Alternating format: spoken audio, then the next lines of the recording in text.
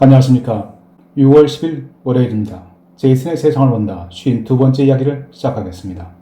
오늘 제목은 동굴 덕분에 러시아와의 한판 전쟁을 두려워하지 않는 노르웨이. 노르웨이의 동굴은 지구 최후의 날에도 인류의 희망을 약속한다. 입니다. 북유럽 3개국, 대서양에서 러시아를 향해서 동쪽으로 노르웨이, 스웨덴, 핀란드 3개국이 나란히 자리 잡고 있습니다. 모두 지구 최북단, 북극권과 가까운 나라들입니다. 이들 국가들은 최근 지구 온난화 가속화에 발맞추어서 빠르게 커지고 있는 러시아의 북극권 장악 기도에 우려를 감추지 못하고 있습니다. 이들 북유럽 3개 국가는 2014년 3월 러시아가 우크라이나로부터 크림반도를 전격 병합한 사건을 계기로 푸틴이 이끄는 러시아의 북유럽 국가에 대한 침공 가능성이 더 이상 남의 이야기가 아니라는 인식을 새롭게 하기 시작했습니다. 러시아는 최근 들어 전투기 편대를 동원해서 국경 인근에 노르웨이 군사기지를 모의 공격하는 도발을 서슴지 않을 정도로 호전적인 태도를 취하고 있습니다. 나토 차원의 대응책 마련이 시급한 순간입니다.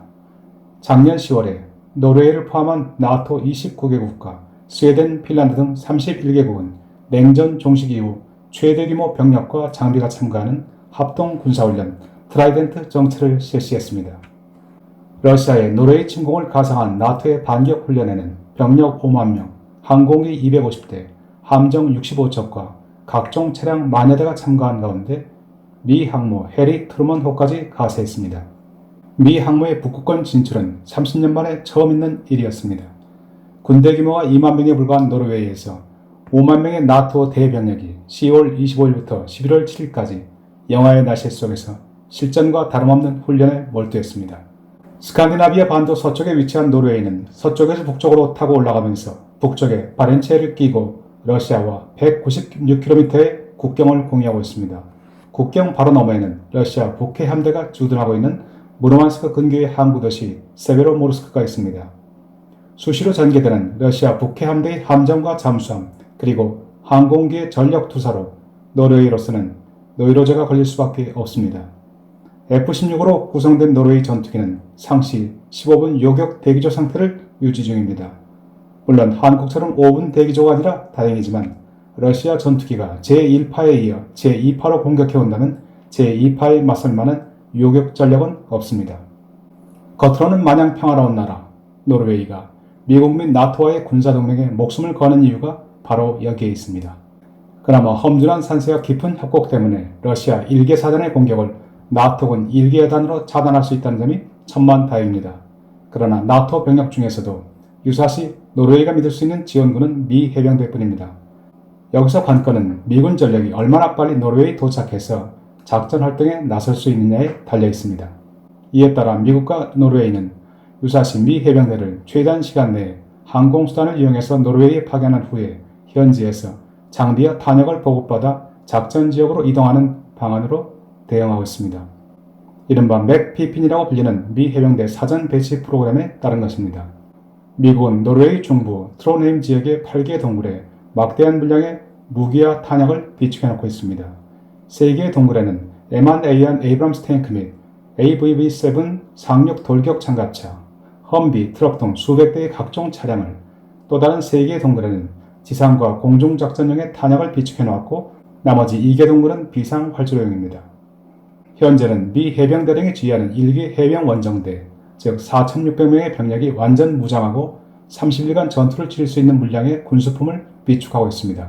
그러나 향후 해병대 소장 또는 준장이 지휘하는 1기 해병원정단, 즉 8,000명에서 16,000명 규모의 병력을 작전에 투입할 수 있도록 비축 물량을 상향 조정하는 방안을 검토 중입니다.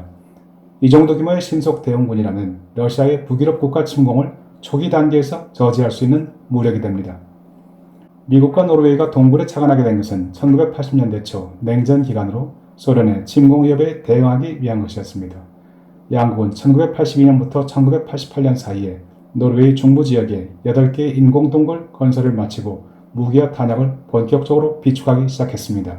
강화 콘크리트로 마감된 동굴 내부는 조명은 물론 완벽한 온도와 습도 조절 장치를 갖추고 있어서 탱크와 장갑차 등 모든 장비가 즉각 전투지역에 투입될 수 있도록 최상의 상태를 유지하고 있습니다. 30명의 미 해병대원과 70명의 노르웨이군이 장비, 장비와 보급창 운영을 책임지고 있습니다. 미국은 2003년 이라크전 당시 이 동굴기지에서 600점 이상의 장비를 반출해서 사용하기도 했습니다. 미국은 기본적으로 30년이 지난 무기와 장비는 본국으로 반송하고 신품으로 지속 교체 중입니다. 인구 530만 명의 노르웨이, 2만여 명의 현역과 4만 5천 명의 예비역 등 통틀어서 7만 명 수준을 오가는 나라 노르웨이. 국가 생존의 마지노선은 유사시 미 해병이 얼마나 신속하게 달려오느냐에 달려 있습니다. 이를 위해 오늘도 노르웨이는 나토와의 합동작전에 정성을 다하고 동굴기지 군수품 관리에 최선을 다하고 있습니다. 1인당 GDP가 75,500달러를 넘는 잘 사는 나라, 그리고 적어도 우리보다는 전쟁에서 자유롭고 마냥 행복해 보이는 북유럽의 강소국 노르웨이에게도 엄연히 적은 있고 이를 함께 몰아낼 군사동맹과 굽히지 않은 항전 의지가 있습니다. 전쟁도 갈등도 없는 평화로운 세상은 지구라고 불리는 이 행성에서는 결코 구현할 수 없는 피안의 세계에 불과합니다. 기왕 노르웨이 동굴기지 이야기가 나온 김에 이번에는 전쟁이 아닌 이 세상을 환하게 비추는 노르웨이가 가진 두 개의 동굴에 대해서 짧게 소개해 보겠습니다. 첫 번째 동굴은 우리가 잘 아는 스발바르 국제 곡물 저장소, 스발바르 글로벌 시드 볼트입니다. 흔히 현대판 노아의 방주, 운명의 날 저장소 또는 최후의 날 저장소로 불리는 씨앗을 보관하는 동굴입니다. 인간이 사는 곳 중에서 가장 북쪽으로 꼽히는 노르웨이령 스발바르제에 되어 있는 산속 깊숙한 동굴에 전 세계 정부 및 연구소가 기증한 수십만 종의 씨앗이 보관되어 있습니다. 핵전쟁이나 운석 충돌, 지구온난화 등 엄청난 자연재해로 지구상의 농작물이 종말의 위기에 처했을 때 다시 씨앗을 뿌리고 문명을 재건하기 위한 마지막 희망이 영구동토의 보호를 받으며 영하 18도씨의 저장고에서 차갑게 잠들어 있습니다. 두 번째 동굴 역시 스발바르 국제동물 저장소에서 약 1km 정도 떨어진 가까운 곳에 있습니다. 이 동굴의 이름은 북극 세계기록보관소, 아크틱 월드 아카이브입니다. 국제곡물저장소가 인류의 생존을 위해 씨앗을 저장하고 있다는 세계기록보관소는 인류의 문화유산을 후손에 길이길이 전하는 데 목적이 있습니다. 노르웨이의 디지털 기록보관업체 피클과 노르웨이 폐탄광 관리 전문 국영공사 SNSK가 합작으로 운영하는 세계기록보관소는 국제곡물저장소와 달리 상업적으로 운영되고 있습니다. 스발바르제드의 폐탄광을 활용해서 영구동토의 이점을 살려 데이터를 최소 500년에서 1000년 이상 보관할 예정입니다.